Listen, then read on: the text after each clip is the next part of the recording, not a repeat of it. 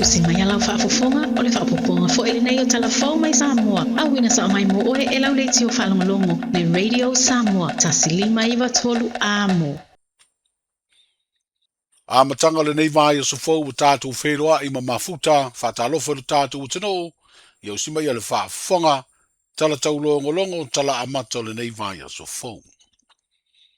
O le toi maua le pāti i whaupufai e pui pui ai a te tau tangata, le na fō le vai maunga tolu na manu malo ai le palo ta tele ia au kuso le nātou sanga umawai. Ai whapena fōi, o na le manuia le sui na tau vā, mo le vainga whaupufai o le whaatuatua i le atua sa mo utasi, ai wato e tusi a aole i tu malo palota, i le fionga lau timu ia wele se vā ai, o ia na se eire na fō le vai maunga tolu, i le paia inga talua i nei se furufitu le pāle mene, le ana tau vā whaatuto tasi. O le taunu unga leo le palota le ititia le vai maunga tolu le se wharai le umawai, na mafua ina ua wha mawai le sa tau aveina le na fōa, ina ua iailo na whina ngalo e wha mawai ma le vai ngai pui pui a ia te tau tangata, ai avela na lango i le whaatua i le atua sa mo o tasi. I le mai o le whaitau ngalo ia le sto na ina whailoa lau te lea ia le komisino whai ngā palota, le taunu ungalo ia o lea whai ngā whiriwhiringa. Lea ia whe valu se lau ma le lua palota, wa manu malo ai lau timu ia wele se va ai, iwa se lau iwa se furuono palota, na maua e le na tau aveina le tofi whaipule o le tu malo, le fio ngā tai o le iseu fiti ai masu, lima se lau fitu se fultonu palota, na maua le sui tau vāo le vaenga e pui pui ai a te tau tangata, le tō whātu ua mali i tu puola fōma i sāponu. Ai whā se lau fitu se fulwhā palota na maua, e le tasi o sui tau vātu tō tasi, le tō whāpua ala tamai tu puola filemoni. O le tau wha ai ui unga o le masina le nei o me, o le a tau au fiai le pāle mene leo le a wha tau tō ai ma le sui o filfilia, mo le na fōa o vai maunga tonu. O se tamali e peo na si le fia sa avea ma min star le kāpeneta, i le urua i whai ngā māloa le wha tua i le atua sa mo o tasi. I le mai ai o le palo tala i titia vai maunga tonu, o lo talia nei se aso e wha ilo ai le palo tala i titia sa whatatasi, o se tasi o i tu malo palota, wa wha ma vairo lato sui whai pule ma le vaenga wha upu whai, e pui pui ai a te tau tangata, o na ua suia le na langolango i le tu wha upu whai o lo tu nei le foe, o le pūlenga o le malo.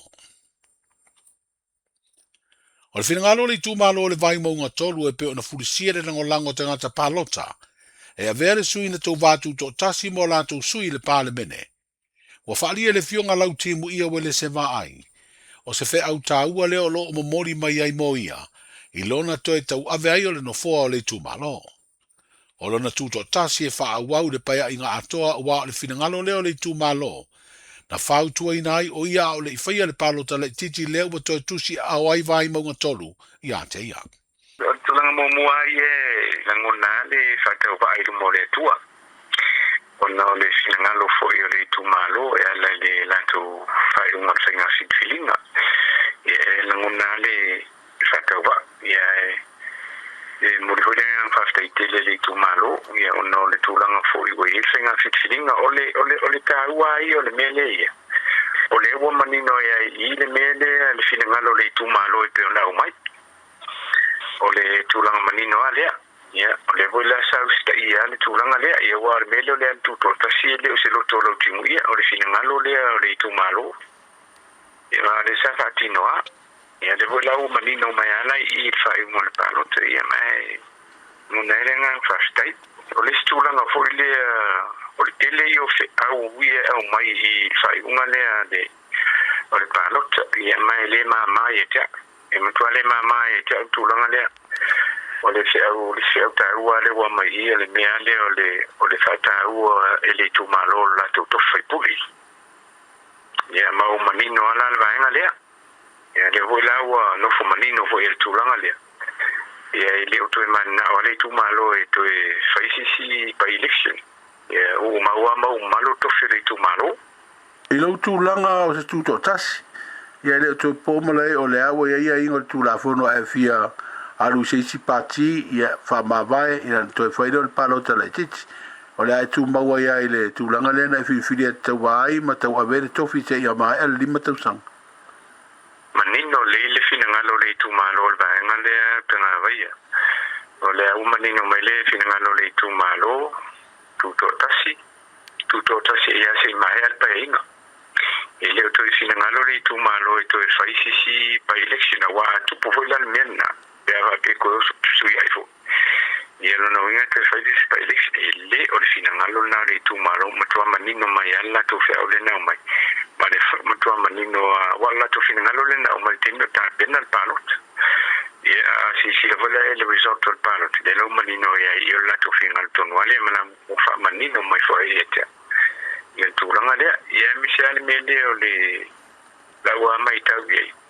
e ma lo si al fina ngalo le tu malo il fata wala to fai puli ya mai o me fo isa o ta la fo ye il tema campaign ya la mona fata ba ai le amana ye le tu malo le ba nga mai e matua i mau voya le fina ngalo le tu malo la umaita il fata wala to Facebook Le fionga lau timu ia wele se va ai o le whaipule whiriwhiria i le mai o le palo tala titi a vai maunga tonu.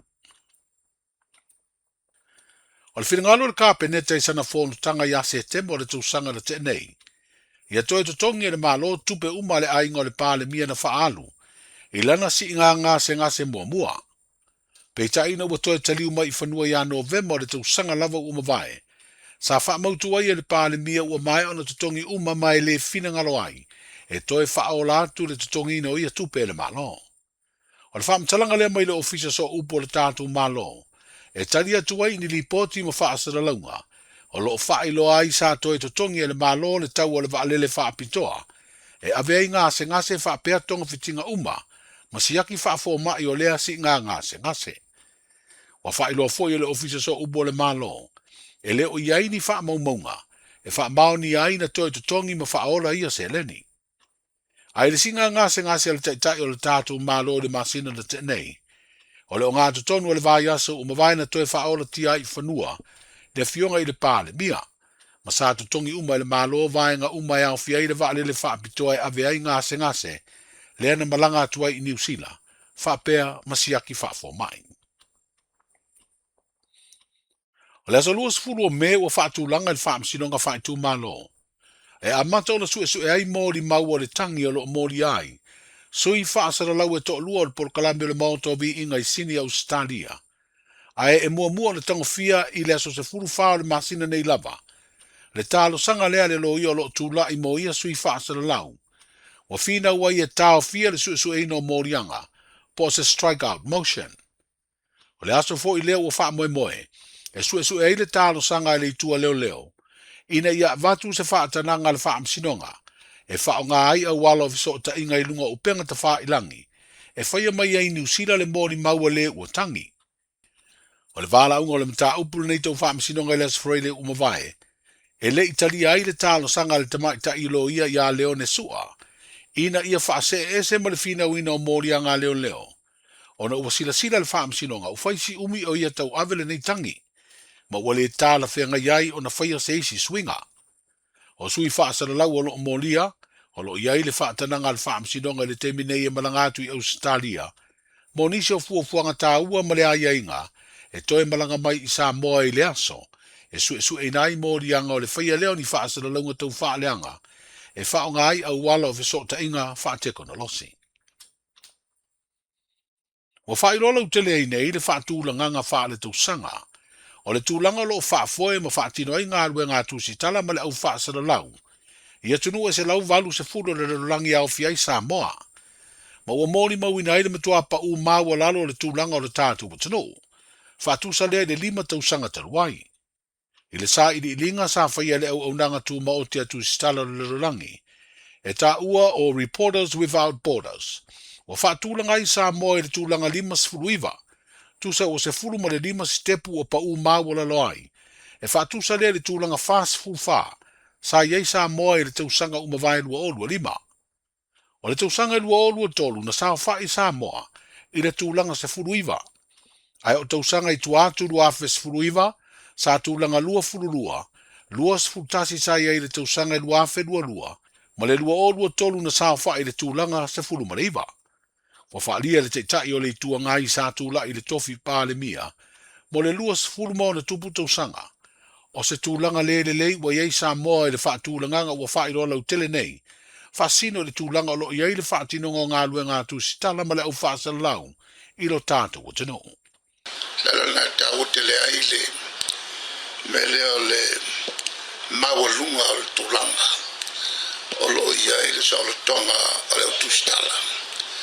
La tu te avea talamoni o me o lo tupu e te tonu le tunu. E le tūlanga la sa i sa mo le suriva. O le tunu pita sile o le mawalunga le te tala whamtalanga ma le sa o le tonga. O le utustala i te tonu al Pasifika e sa i New Zealand. Whapefo i ma Australia. Sa mawalunga New Zealand ma Australia. Lela Amerika sa tu mau le fasulima te mina lona wenga e makwa maula lo kwa Amerika ngai lo kako alela uli masuiva o makwa mawa ya le kafu singa o famtala moni alela fo ye e tilo mai ya tunu uma ya maila to sosani ya Samoa po se tunu e tem kolasmo ya ole upula le alwa tu e memoria tu i le fua le e fua ia tu no o lo vatu i tala pepelo i me o lo tupu o le la e maulunga Samoa sa feo sfa e tato il tura suriva Luas furu futas feo sfa e ia i awa suisu ia to so ia le fua le ia a le maulunga Samoa le tulanga na e fai ngalo il tato malolo iene la mai fu nga le fa maungi ole malile fa maungi upo el watu tono ole te ingol tato malo e taua le sila fia tatai ole tunune tatai kalesia tatai le tunune taupuia O se finangalo le tai o le tuangai, sunga tuila e palu pe sori aisa i lele malia le nga oi, i awala of so tai ngā le vaenga wha upu whai e pui a ia te tau o tangata. E toru fautasi mai le lima pito i lunga na tausini o le sa ili ngā siampini o tu ngā fautasi, o aso fia o le fu a tuila ma manua ia a perila, o le ale a wai tu ngā fautasi o le whaam na tuina, o le ono sifu whātau sanga o le tuto tasi o Samoa i le masina fōua iuni. Wa whailoi se li poti le vanga whaasala lau o le telenei tonu o Amerika Samoa. Ua whaamao ni o le ale a wai le fautasi na siampini, le manulele tau sala toru, whapea le whialo whani Samoa, ma le fautasi o le matasaua mai le motu sa po o manua tele. O nisi o mafua anga tāua o lo whailoi kāpeteni, whapea sui o fio anga ana ia fautasi, ua mafua ia lantou whaai unga i le a wai mai, i wha anga tamai le tai o le tuto tasi. E ono fautasi ua wha maonia mai e le sui komasina o leo, o ia lo te fono e soa komiti o tunga waa, o le asa iria le siompini o tunga fautasi i le masina fong. O tala amatai o le nei vai aso, seifua.